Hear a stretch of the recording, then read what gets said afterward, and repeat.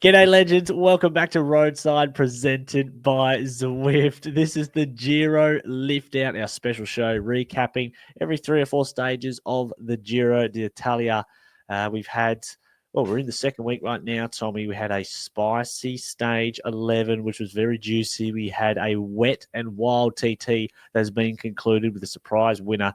And we've also had maybe our first little look at some GC action, which happened yesterday on stage 11. Don't forget, legends, while you've just tuned in, you can follow us on YouTube. It's our new setup. And of course, those YouTube followers, we've enjoyed the comments as well. It's been some good discussion. So keep those coming and comment on your thoughts throughout the episode. Tommy, mate, how are you going? And how have you made of the last few stages this week? Mate, it's been good, hasn't it? It's been good. It's a good Giro. I knew it was going to be a good Giro. It's had it all so far. We've had the gravel, a wet time trial, even last night's bit of racing, which you were so dour on, was just ecstatic. You know, Bernal throwing a haymakers halfway through the stage, Del Toro responding, clapping the brakes, just absolutely trying to drive it all the way home. You just get the sense that the Giro was just starting to shift a gear, wasn't it? It was starting to really crack down to the GC men were getting busy, and the guys who need a stage win, or those stage hunters, they sort of came out to play, didn't they? So everyone's really starting to shift into their avenues to how to win a stage, and they're going really hard at them. So I'm a fan of it at the moment. I'm absolutely liking it. The late nights, though, they're starting to get to me, mate. They are, but it's easy to do as you get close to the weekend, that's for sure.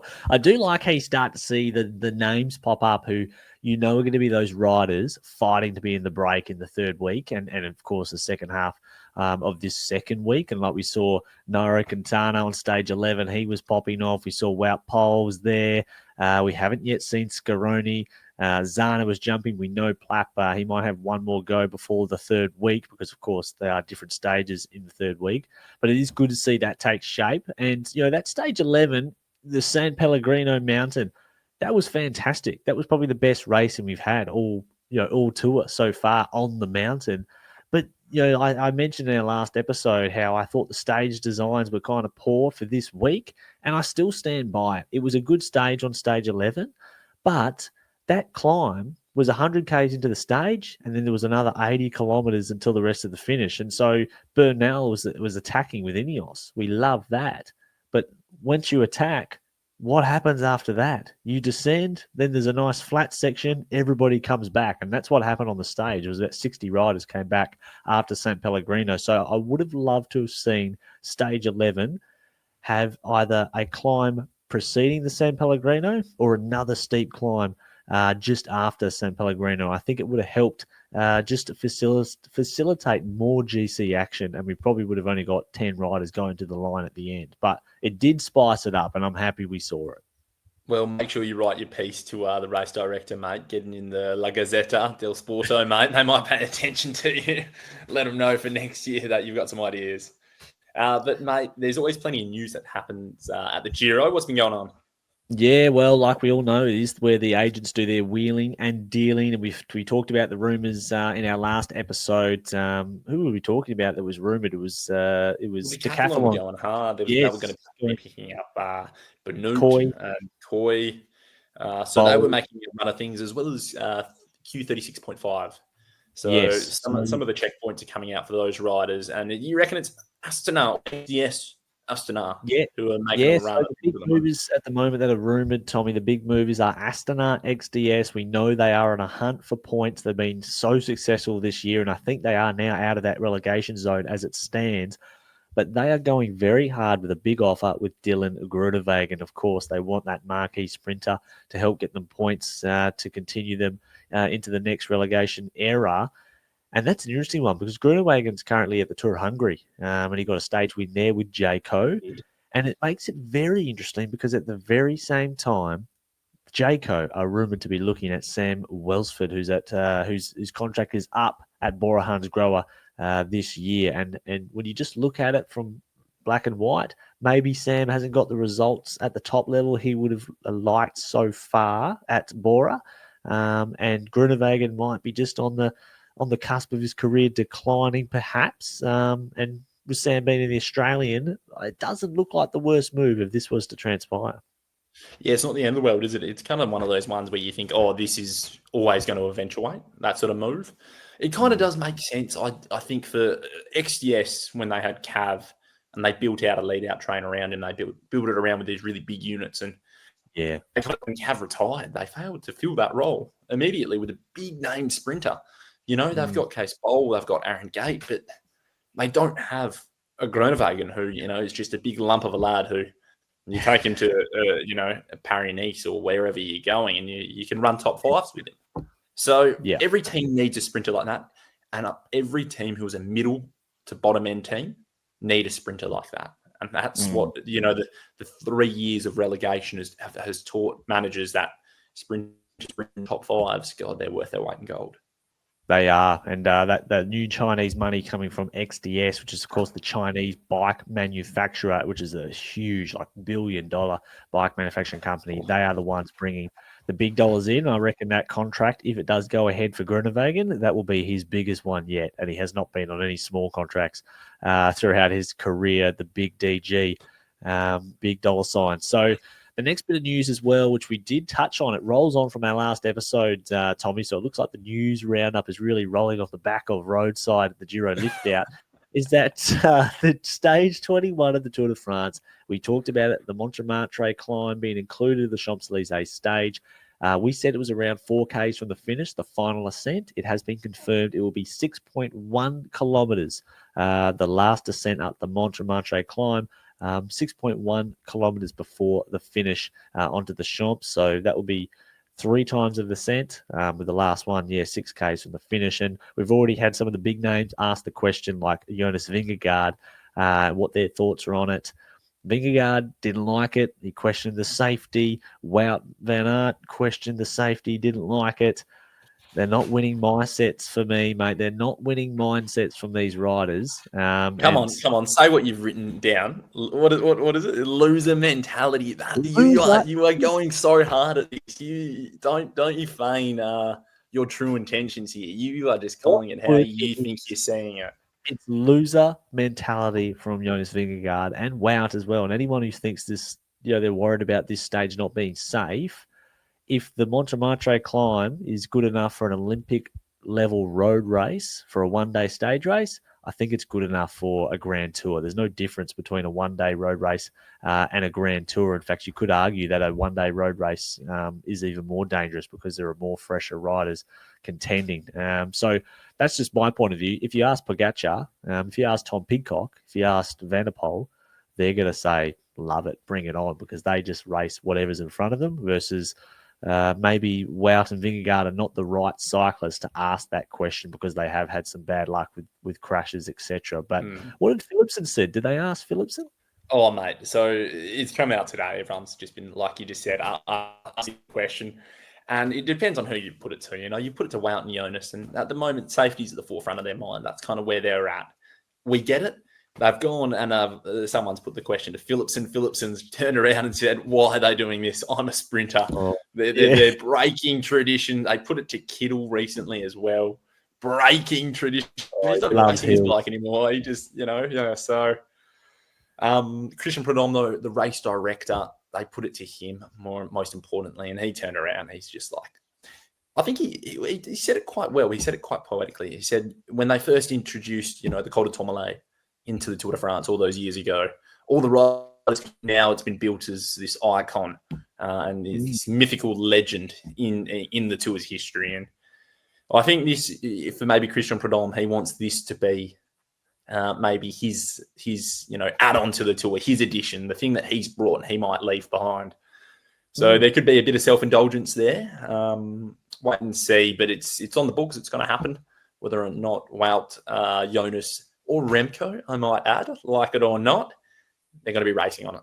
Bring it on. Yeah. Well, one thing we could also say on this, the last thing, I suppose, is the Champs-Élysées, the average punter, when that race is on through there, you can't even see it. You can't even get near it because the entire Champs section is just VIP tents. So the average punter doesn't even get to see it. But the Montmartre climb might be a bit more accessible to the public. And, if someone was to come solo on the Champs, after going over Montmartre climb.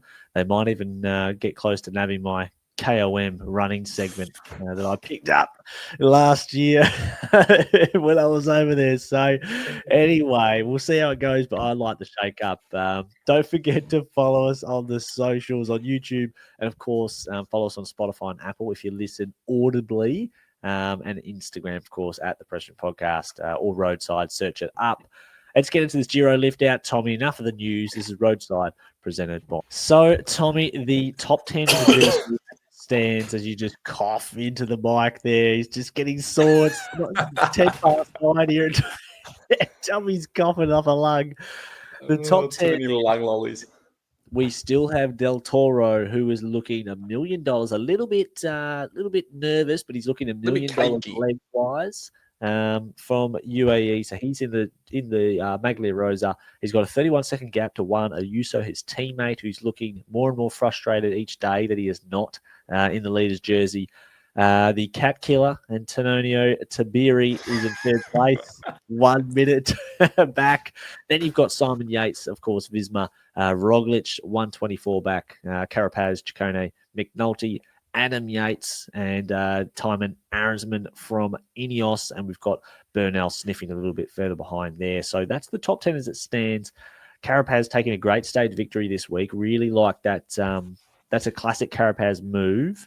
And I tell you what, we're just starting to see the main hitters. And of all of those top 10, I know Bernal isn't in there in this top. He's 12th at the moment. But I really like the look of Tabiri, despite his hobby. I love Tabiri. He's looking pretty good with Bahrain, and Pel Bilbao is also looking like a pretty formidable teammate for him. Yeah, no, bang on. Antonio Tabiri was really good in the last week of the Giro last year. It's actually on the Sunday's climb on Mont Grappa. He really got his teeth stuck into the stage, and he put a lot of the other GC men under pressure. So he's certainly one rider you've got to keep an eye out for in the third week. He sort of goes unnoticed a little bit, and I feel like he's done that really well in the gravel days. They haven't been lent on at all, have they? Bahrain. Yeah. The GC makeup, it's a little bit disappointing for my line when you look at it. It's so UAE busy. I think for the race's sake, I would like to have seen a bit more of maybe for my sake, mate, a bit more of a selection, because it would help the other GC riders to sort of one-on-one. Where stage for it yet, has there? There hasn't. Yeah, we really haven't. Or we haven't seen a clean selection of the Giro.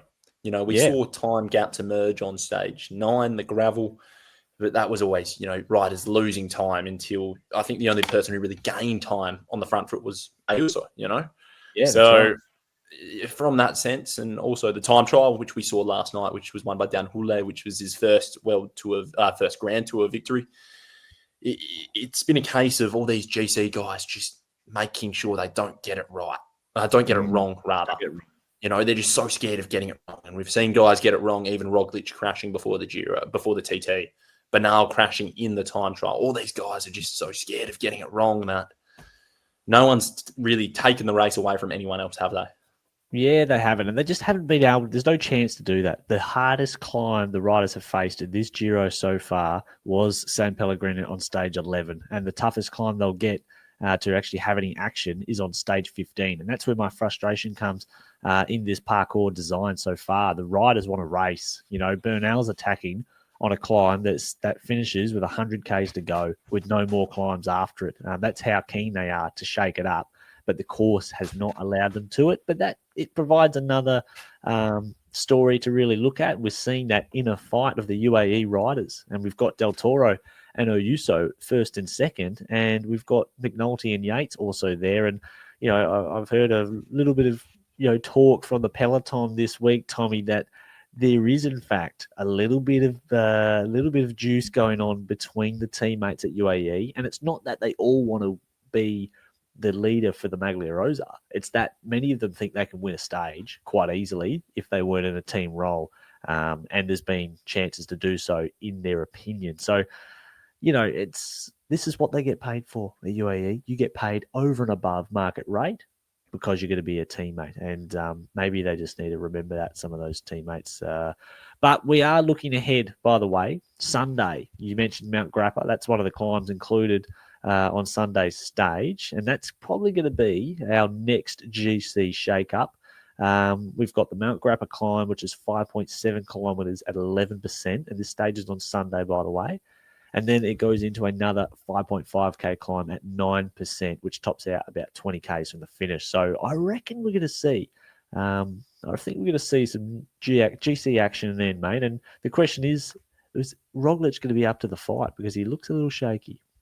No, he'll be up for the shot. He'll be up for the fight, mate. Absolutely.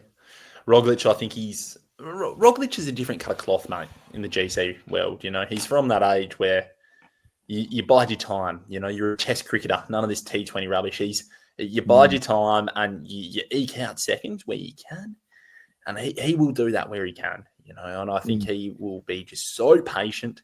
And even on a stage like this, I couldn't see him sort of ruffling too many feathers. He could get to the end, win the stage potentially, take the time bonus. And he looks for the opportunities like that if he can, you know. And I think that's really smart riding, particularly when he's up against this big block of UAE riders. You've just got to be careful. So I think he'll be okay. I'm interested to see, once again, like what we saw over the San Pellegrino climb, was who's doing the work here at UAE, because they kept the break on such a short leash of only around 2 minutes, and it was a strong breakaway. And in the end, Lidl Trek sort of, Mads Pedersen on his own shoulders pulled it back. But it just amazed me that they kept it on such a short leash, that they want to hold the jersey. They want to take the jersey right through to the last week. I found that more fascinating than most. And who's going to do all this work? You know, Vine, he's looking good. Mike is looking good, but that's two guys. Yeah, and there's going to be tests where there's lots of riders that are of similar ability in that GC group. You know, your Bernals, your Tabiris, your Chaccones, those sort of riders, even your Yates brothers. You're not going to be able to cover all of those riders, and that is going to be the interesting thing. And this is exactly what Roglic wants, because he is the big favourite along with Ayuso. In 2023, when he won, when he ripped it away from Geraint Thomas, he was shit for the entire, really, 2.5 weeks, and then he turned up on 2 stages, the TT and the previous mountain stage, and Roglic wants to ride. He doesn't have the team to ride as well. He doesn't have Jai. He doesn't have the big rouleurs. He doesn't want the jersey. Martinez. Well, he's got Martinez, but he's not going to ride on the front. We'll see him in the 3rd week. I will see many of those characters in the 3rd week in the proper mountains. We haven't even had a mountain yet. So, you know, the Giro. I think Gruppetto might disagree with you there, mate. Yeah, Jensen might disagree. But I think, I think UAE, they're going to have to make those hard calls soon. And, I think it creates an interesting concept, but I think Roglic is going to come good in the 3rd week. You talked about him being in a master. But, you know, this week we've got a few interesting stages. Today's stage at the moment, we've got a pretty shit break. You're calling them interesting, are we? Well, they're not, you know, but interesting in a, you know, derogatory term, boring. But we've got a few stages on there for your sprinters, and stages, 12 and 13, they look like they could be one for the sprinters, Tommy. So do you think it will be, let's say, the Mads Pedersen just cleaning up again, Caden Grooves getting another one, Mr. Grooves, have you spelt it here in the run sheet? Or do you think the likes of Coy, Sam Bennett, do you think they might get their chocolates? Yeah, there's a bit of a spread. Tonight is going to be pretty pancake flat. Indeed, it is. So the big boys will have a bit of a look at it tonight. Tomorrow, at the end of the stage, it's quite grippy towards the finale. Bit technical. You've got some sort of small, steep pitches, some little climbs that they've got to contend with. So with those in the tail end, I think you look at your Cadens and your Mads Pedersens more so. I think Coy can get himself over those sort of climbs when he gets a smell of it.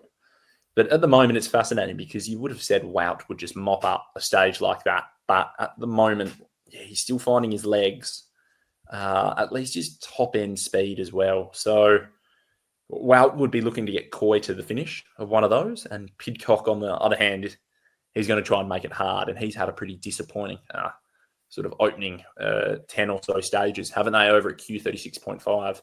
So there's going to be a lot more teams who I think the DSs will start to get a little bit of stress, and they'll say, no, we've got to put a man up the front and ride, or we've got to really take the next 2 stages on. You say they're flat, boring stages, but for some teams on the buses, could be their last shot, salvaging a Giro. So you've got to buy into that narrative a little bit.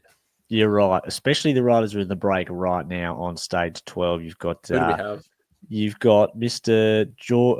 G. Pierce, Petra Bond, and you've got M. I'm only going to assume from Bardiani, Mario Tarozzi, the great three. There's three up in the break. Tarozzi's not bad. Tarozzi's good. Tarozzi goes well at altitude. He's always in China at mid-year, so he's not too shabby, Tarozzi. Well, they're at 600 meters sea level, so they're in the valley heading towards the mountain. Transitional stages, though, if you are wondering why these stages are a bit flat and shit for this particular week, it is because they have to do that transition to get towards the mountains, which we see in the third week. But we've got our Aussie watch, and we're also going to be picking our winners for stage 15. On the other side of this break, we must remind you of FE Sports, our big partners.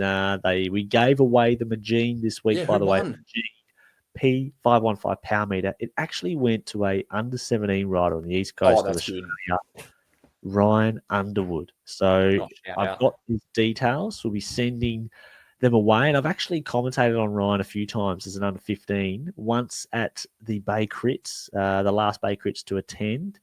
And the second was at the Australian Cyclocross Nationals in Ballarat. So Rhino, he's coming up against my man Campbell McDowell this week in the Canberra NRS Junior Tour. And he's going to get smoked because Campbell, unfortunately, is a weapon. And Ryan, you're a good rider too, but West is best, baby. So good shout out to Magine, and Ryan will be getting a power meter coming his way soon. And this is Roadside presented. All right, so we've got our Aussie watch throughout this Giro, trying to pay attention to all the Aussies inside the race. We had Michael Hepburn get a great top 10 in the TTs, what he does often throughout Grand Tours, Michael Hepburn. Caden Groves, we talked about him, or Caden Grooves, as Tommy likes to call him. Grooves in the Groves. Today's stage, he may even win today's stage, maybe even stage 13 as well. But he's definitely got one more in him this race. And Plappy's been active as well. Tommy, he looked pretty good on San Pellegrino, didn't he? Climb in that break. He did. Tell you what, he's got to learn to go downhill though, mate. What's going on there?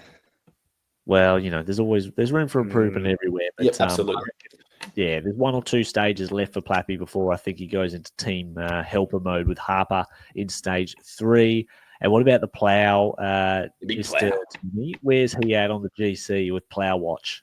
Oh, he is up the leaderboard at 169th. The big Jensen Plow Ride. We love it. He's been doing the hard work for Caden Grooves. So he's been laying it down. So tonight he'll be involved in the sprint finish again. And do you know, Tom, speaking of the sprint finish, do you know, they were talking about this on SBS, do you know where he is sitting in the train at Alpecin de Koenig? Isn't he third last? No, he is last. He's the last. The man. And no, he's not. Groves is the man, obviously, but what they're doing is they're trying to teach Jensen Plow and get him, just get him used to the train. You can't put him second last wheel because obviously he's not a lead out man. He probably doesn't have the experience to hold it.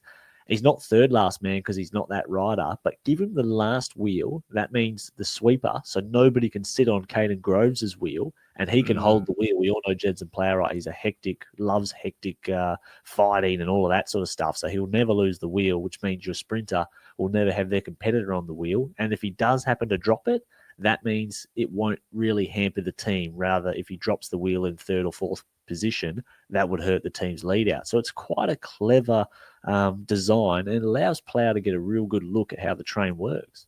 Yeah, it certainly does. And he's the sort of bloke as well who just loves the fight. So he loves just getting stuck in. He loves doing a role for a teammate, particularly a friend. So, and on the WA Cup front, Michael Storer, he's lost a little bit of time, hasn't he, mate? I think he's had almost not the worst possible start to this year's Giro, but he's just eked time everywhere he's been. And in the time trial, that was the same. It was. I mean, in the past, he has completely lost his bundle and been well out, 5, 6, 10 minutes that he's lost time. He's still sitting 14th at 3 minutes 20, but 2 minutes 22 Ayuso. That's not terrible. It's not great. He'd love to be inside the top 10 because that's his climbing abilities up there. But I think this works out pretty well for him. I reckon in the third week, he will get in one of those breakaways with the nearly GC riders. But the coin is he is a proper GC rider, and I reckon he'll find his way to just gain some time via breakaway and get back into the top 5 that way. And we've seen him do it before in previous Grand Tours, and I still think he's going to be really good in that third week, Tom. Yeah, no, I tend to agree with you. I think that's when he'll come into his own, and it's also when the race really slims itself down. The hustle and the bustle, he's not about it. He just get rid of all the big fat boys, get them dropped on the first climb and have a peloton of 20 or 30 riders. That's where he's comfortable, and that's where he'll excel. I reckon he could be due a stage as well in this third week. I think he's got the ability to do that. And just quickly, Jay Vine, on the time trial the other night, he was unfortunate. He was, 5th or 6th or something like that, maybe 10 or 15 seconds off the win, but he had a puncture before the first intermediate. And then I believe he was fastest from the first intermediate to the finish line. Yep. So I think Jay Vine, not robbed of a stage, but very unlucky that he didn't get the chance to compete for the stage win. Yeah. So it shows he's got good legs. He does. And just remind everyone, you have to go and look at stages 16 through, I'll include 15 through to stage 20. It is just, I mean, if you think you're going well on stage 16 and 17, you're going to be backing it up on 19 and 20. So there's could be some huge gaps. And I think riders that think they're going well now, they might be changing their tune by the time you get to stage 19. But we've got the big stage on stage 15, which we'll have another episode on Monday, by the way, everyone, recapping the weekend's racing. But on stage 15, our first GC test of this week, so we'll really think about who's going to win, Tommy. Who's your pick for that big stage of the second week? Easy, mate. Tour de France winner. Balio Bilbao from Bahrain, victorious. We saw him in the break the other night, and he kind of sort of saw it, and it was like, nah, this isn't going to work. We haven't been given the leash that we needed. So I think he will snag a stage. And I reckon this could be it. Okay, I like him. I'm going to pick Carapaz, the Condor down. El Jaguar for 2 stages. I really like the look of I like the look of the parkour. I think there's going to be a group of, the top 12 really of GC are going to be there. And I reckon he'll win in the exact same way that he won on stage 11. Just that nice cyclismo attack, the great man in the hoods, Carapaz, El Jaguar, and he'll have 2 for the stage. We've both gone the South Americans, haven't we? Something about that. Yeah. What are you talking about? No, Bilbao's from Basque Country. Pull your head out of the gutter. He's from the northwest corner of Spain. Oh, shit. You get your head out of the gutter. You can edit that out later. Where's that boot? Where's the boot? The People's Champ, though, mate. It's a hotly contested award. Who's the Lanterne Rouge? Current Lanterne Rouge is still from Tudor, Alex Krieger, the big German, I think he is. But Plowright is sniffing around. So I think the Lanterne Rouge could get a shake-up as we go through the big mountain stage on stage 15 and 16. So Monday we might have something else to talk about. Which is going to be good, but let us know what your thoughts are as well on the episode today, guys. What do you think about this week's stage design? Could the Giro organisers have done more? What about the transfers as well, Tommy? We've had Welsford looking like he's on the cards to move back to the Aussie team. What about Groenewegen and Astana? What about the Tour de France ruining tradition? Put the ASO in the bin. They should just unionise, liquidate ASO, and let's all just... have the UCI run the tour. A few of the legends on the YouTube actually liked your comment in the bin. They gave him a good chuckle. So they liking that catchphrase, Tommy. You have to keep bringing it out for you, mate, when you're sourcing up the Tour de France. But, also this is must remind everyone that we will be covering the Tour de France as well when that does come up. And this Giro Liftout is very much... going to be a similar mode when we head to the tour. But legends, time to wrap up. We'll see you all on Monday for our wrap up of the weekend's racing, and we'll look into that third week, which is looking very juicy.